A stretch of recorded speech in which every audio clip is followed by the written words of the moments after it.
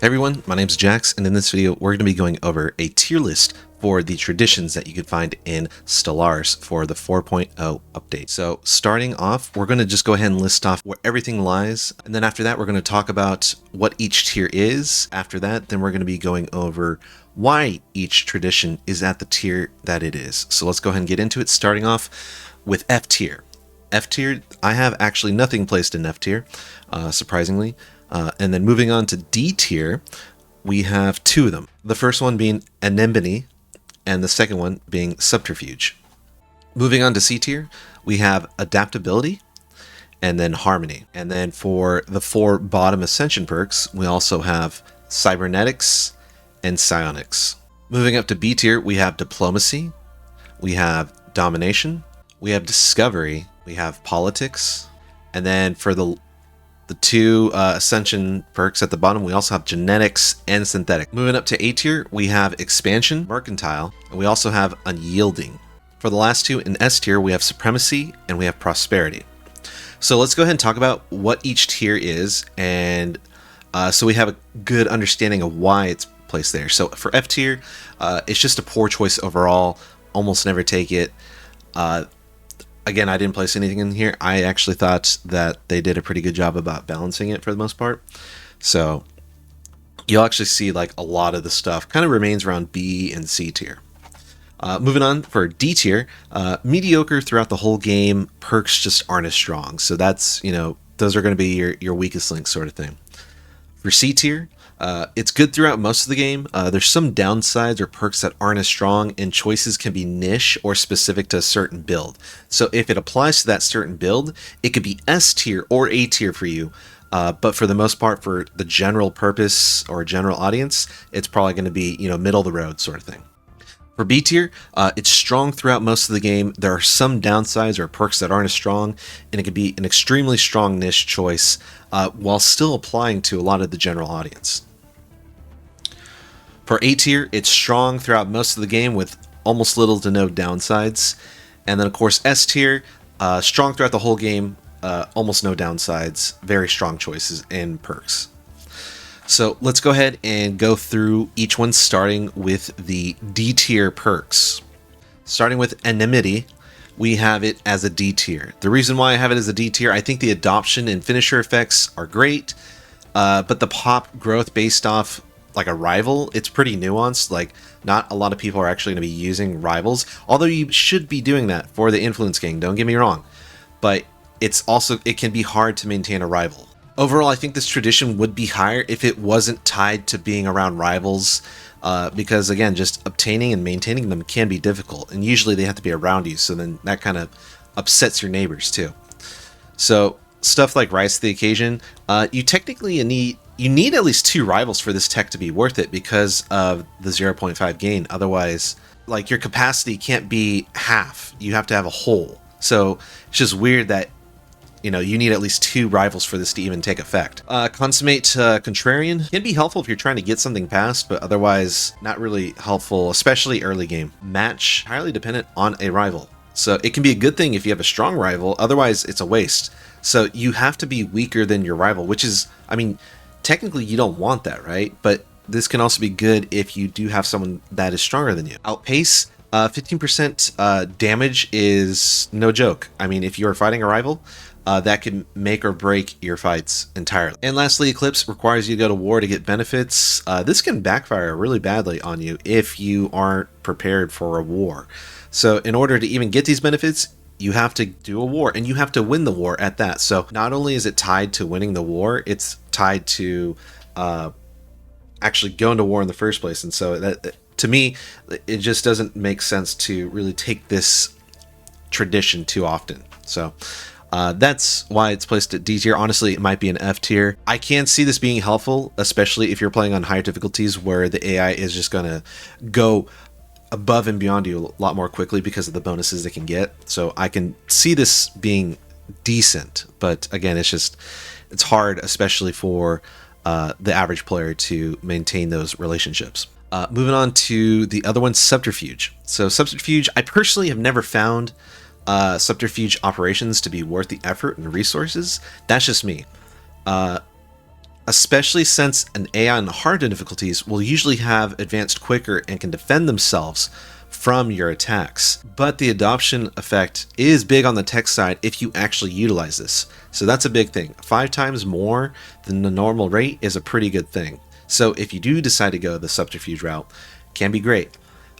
The finisher effects gives a nice refund on your operations, but you have to be successful. It doesn't work for failed ones. So, bit of give and take there, right? Moving on to the perks. So information security increases encryption and evasion chance. Solid thing. These are just solid additions. NDA, defense against hostile operations, but it also increases your time for hostile operations. So there's, if it didn't increase time, this might have been placed a little bit higher, but you can see there's a negative associated with this. Moving here to double agents, increases envoys and max infiltration rate. More envoys is always good, and just a solid. I wouldn't say solid. I would say it's decent. It's a decent choice. So operational security, more code breaking and operation skills and tracking. Again, only helpful if you're actually doing this stuff, right? And lastly, Shadow Recruits increases infiltration speed by 50%. This one's a solid choice overall, if you're just doing it. But for me personally, and again, this whole list is just my opinion. It could be wrong. This is just how I see the game. And I've been playing it for, a good amount of time now. I just don't see Subterfuge, especially against PvP or PvE. I could see this being helpful in PvP, but PvE, it's really hard because the computer can get bonuses so quickly and just defend against Subterfuge so easily. So I have never found it worth it. So let's go ahead and move on to the C tier. So C tier, we have Adaptability. I think that this one is decent. Finisher perks are nice. Adaption perks, 10% less pop house usage. I mean, it's not terrible. It's not great. Finisher effects are, not bad. The problem is that it's hard to give an exact quantifiable measurement here because increased colony designation bonuses. What are those bonuses exactly? You would have to go through each, colony designation bonus to see what the increase is. And so, again, it can be good, but, middle of the road. It's not bad. So moving on to the perks. So we got enhanced recycling. Strong one here. I personally think it's a strong one because this helps with your strategic resource cost, which is reducing it by 15%. Pretty good. I mean, 15%, can add up, especially, if something costs like 10, you're saving 1.5 right there. So add that up over all your planets and systems, you're getting a good saving. Survival the fittest. In my opinion, it is good, but it's just weird to place it in this tradition. I'm not sure why adaptability would benefit orbital bombardment damage. It's a good choice, but it's a weird slot to put in. Environmental diversification increases habitability. It's great early game, but as you research other techs that increase habitability, this falls off. So it can be good, but it will fall off. Adaptive ecology. Better late game than early because you don't really benefit from increasing your max districts until later on because you won't even be hitting that cap early game. You might be hitting it mid game, but it's going to benefit more late game, especially when you're taking over other planets and all that. Appropriation, resettlement costs, niche use, right? Because this applies more mid to late game, especially when you're moving pops around, but typically not going to really benefit you early game. So that's why this one's C tier, kind of middle of the road. Some uses are really just about like where you are in the game. So moving on to Harmony. So Harmony is C tier. Adoption effects are decent. Pop upkeep minus 10%, not bad. Any reduction's great. The finisher effects are niche though, because applying a Holy Covenant Federation is also nuanced and conventionally considered mid amongst other Federation types. It's good for Unity farming though. So if you are trying to rush traditions, which is it's a thing to do, it's not a bad choice. It's not a great choice. It's not a bad choice. It's a good choice in my opinion. So moving on to the perks, mind and body. This is not bad. Reducing max negative traits, increasing leader lifespan by 10 years is also good too. Moving on to kinship. Nice reduction from empire size from pops, but the demotion timer reduction kind of seems like extremely nuanced because you have to be micromanaging your planets to the point where this actually benefits you. And it's, I don't know, maybe from my point of view, it's just faster to fire them and rehire them. You know, you don't have to worry about demoting. Moving on to Harmonious Directive. Flat edict fund increase, solid, but only helpful if you're actually using edicts, because edicts not only cost the funds, but sometimes they cost other resources to even use. So something to consider. The Greater Good, increasing your governing ethics attraction 25%. It's a nice boon with a minus 10% crime rate, or not 10%, but minus 10 crime. All around solid things. And lastly, we got the Utopian Dream, plus 5 stability in colony ascension cost, minus 10%. Both are good, but the stability here, in my opinion, is the bigger perk. A colony ascension, although used, is used sparingly. And then going over the bottom two that we discussed, so Cybernetics and Psionics, both C tier. I'm not going to go over it because most of these things here are like talking about like situation speed or, you know, some upkeep or, you know, adding traits. That's pretty much like the main thing with all these. I do like Psionics a bit more than Cybernetics just because leaders, especially the scientists, can get a increase on research speed. So I do think that is beneficial. The bad thing about Cybernetics is that compared to synthetics, you don't even get a unique army, and you don't even get the 100% habitability that comes with being a robot. I don't know, in my opinion, it's just like a worse version of genetics, but maybe I'm wrong. And then for Psionics, it's also helpful if you are combining it with Subterfuge, because if you look at some of these things, like you can get you know, base intel level increase, as well as code breaking and encryption. So if you're into that stuff, it's also pretty cool. And then also, interestingly enough, the this thing right here, the Psycore thing, it's kind of creepy if you read about it, because it's like reading people's minds to decrease crime if you kind of like read like what they're actually doing. So I don't like that, but just a little bit of information there. So moving on to the B tier. So we got Diplomacy. So Diplomacy is our first one on the list. So looking at it, the adoption effects are decent, but the finisher perks are the strong things for anyone who's focusing down, especially diplomatic strength. Especially if you're trying to work the galactic system, this is something you should definitely be looking into. Going down the list, so we got the Federation, strong for relationship building. This is pretty good, especially if you have a Federation going on with other people. More naval capacity. I'm not sure if it's per player or for the whole Federation. You know, having to contribute more ships to this thing would take away from your resources. I don't know, just a weird thing. But the border friction here is also really nice too. So, especially if you got some people that are militant around you. Moving on to diplomatic networking. Unity farming is awesome. So this is just a solid perk. Then we got direct diplomacy. Your trust cap increases with more trust growth. So this is also really good for winning your NPCs over. The 1% here is massive. In my opinion, this is really good because, I mean, every month you have a 1% chance of getting a favor. So if you're trying to acquire favors and use them late game, this is a really decent one, especially take early game, especially if you're using all 3 envoys to improve relations on whoever you're, you know, working with. This could be a very strong thing. Moving on to the next one, we have Domination. The adoption effects are strong, especially for a flat percentage instead of just a flat number. You increase your output, that is always good, and you are reducing your empire size from your population. I think this would have been A tier in my opinion. The perks that come in this tree are just not as good. So I kept this B tier. So let's go ahead and get into the perks. So here we have more monthly influence. This is good because it's one of the few ways to actually get more influence. So this is a very unique and rare thing to get. So colonial viceroys, strong thing.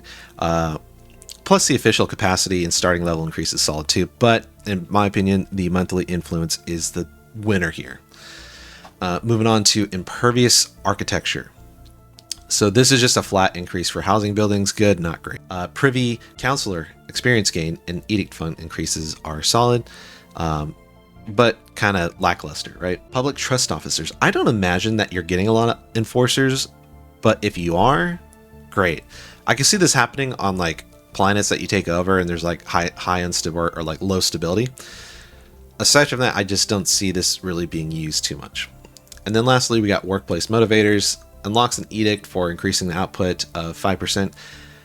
It's good, but you have to actually use the edict in the first place. So if you're not using it, and especially with the cost that it comes with, it's kind of a waste. So that's why this is staying. I mean, because the perks can be strong, but they just aren't great. So moving on to the next one in the B tier, we got Discovery.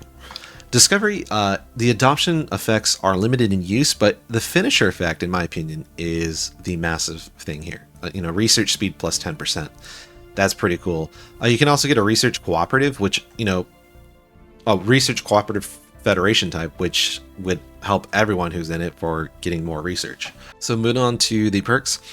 To boldly go, you increase your survey speed and science ship disengage chance, just good for mapping out the stars, so to say. And we got the database uplinks. So this increases research speed overall, in my opinion, pretty strong. And then over here we got science division. Getting an alternative research choice is always good because it gives you more options. You increase your science capacity and you also increase the starting level of your scientist. All good stuff. But I will say that this is a really good choice for early game, but it will fall off late game. So just something. Polytechnic education. This gives leaders more experience gain and more recruitable leaders. So solid choice overall. Not amazing, but just solid.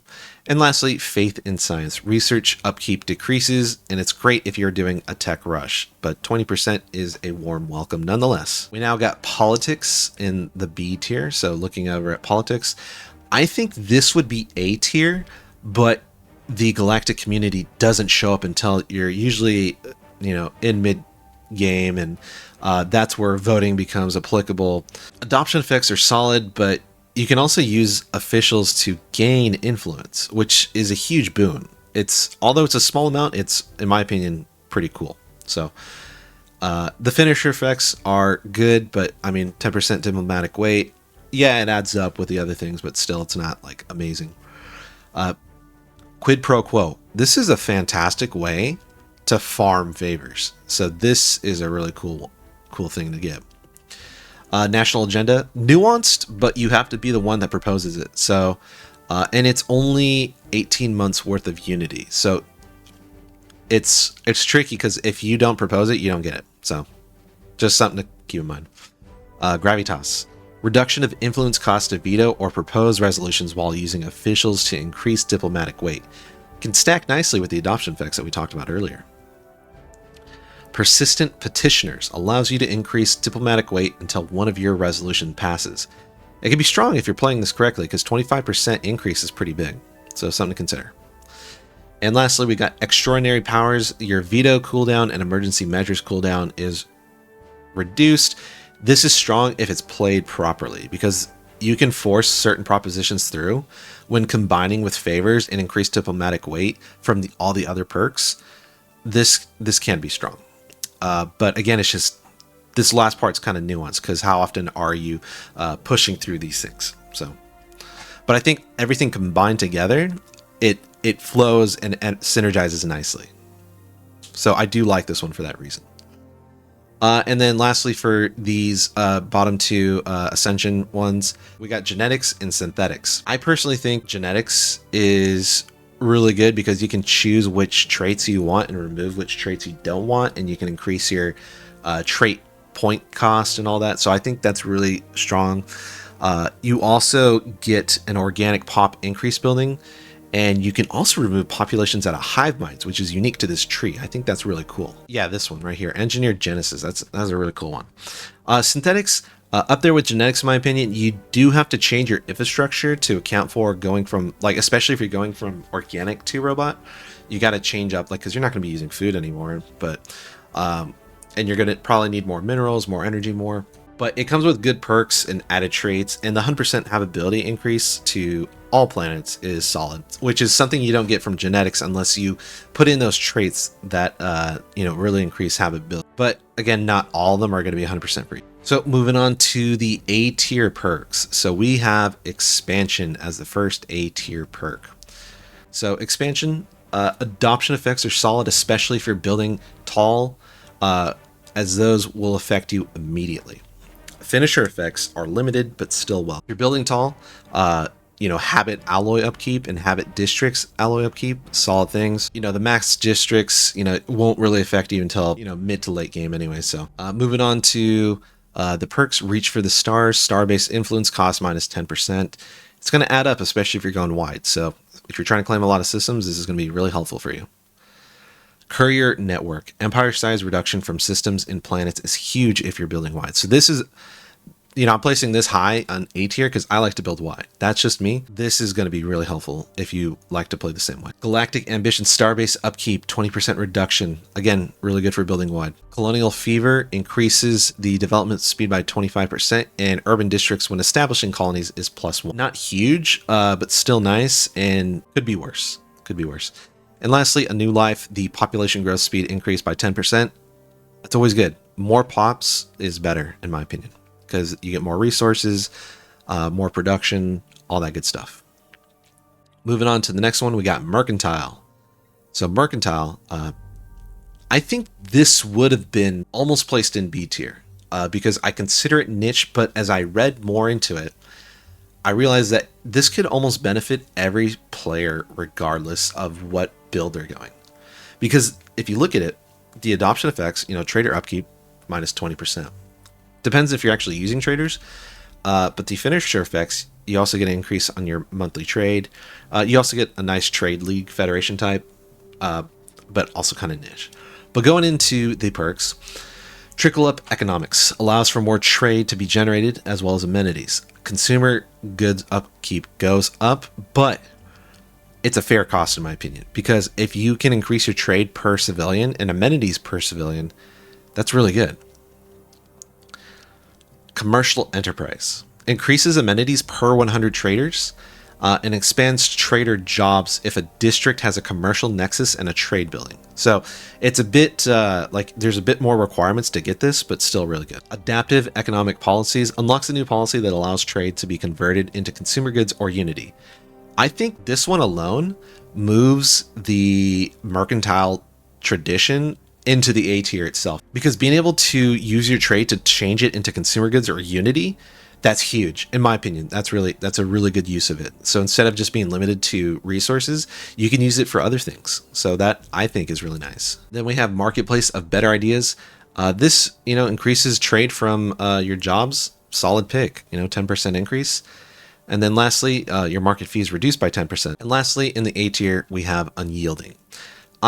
I thought this would have been S tier, but some of the perks just aren't as strong. So that's why this got placed in A tier. But this has the potential, if it gets buffed, it could be an A tier or an S tier. But I mean, it's already really strong as is, in my opinion. So the adoption effects are nice. You get an increase in starbase capacity and an increase in your upgrade speed. It's actually very difficult to increase your starbase capacity because you can see you have to acquire more owned systems or utilize certain techs or traditions. So you're limited to techs, traditions, or increasing, the systems that you own. As compared to like increasing naval capacity, you could just build a bunch of anchorages in your starbases or use certain jobs. Or even get traditions or techs, whereas this one, it's a lot harder to actually influence this.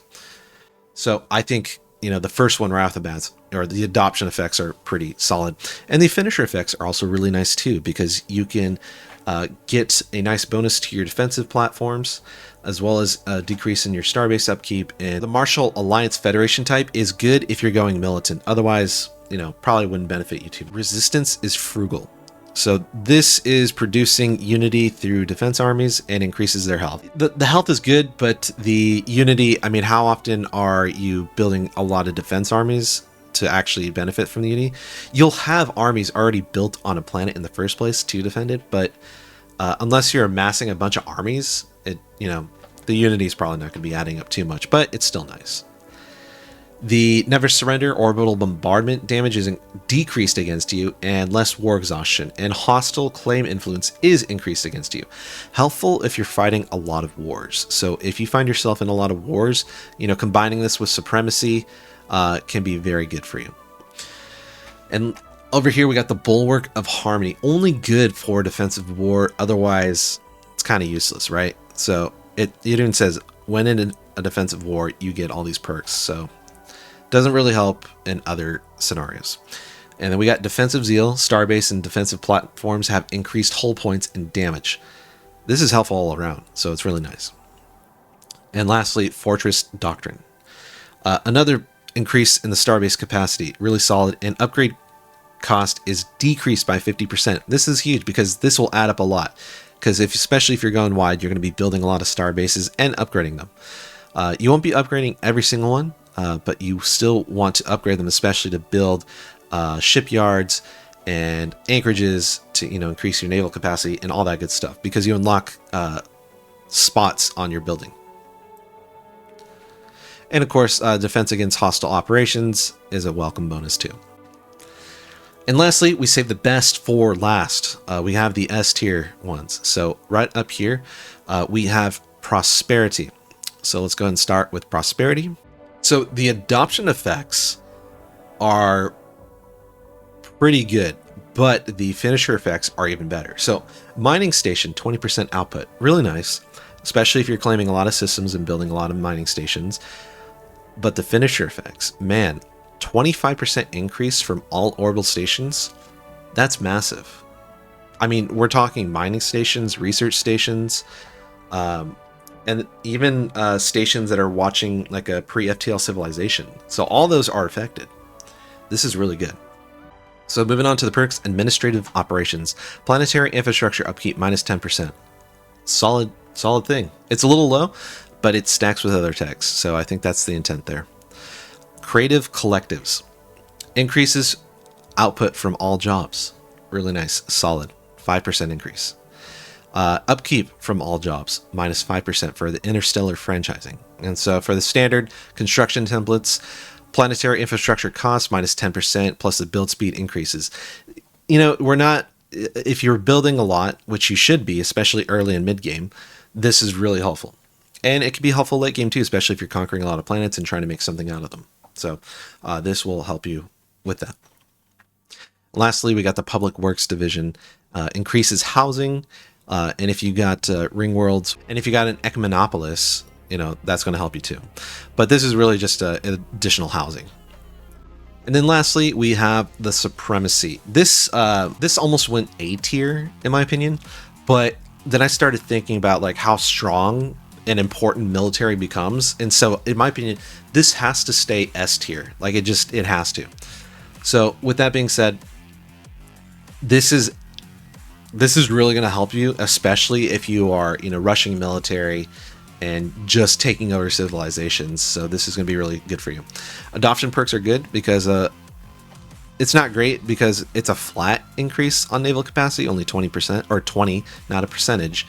And the army damage is a percentage increase, pretty good. Finisher effects, you get the war doctrine policies.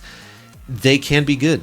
So it just depends on which one you're using, but you get bonuses to fleets and armies. So you can choose whichever one you think is best during that given time.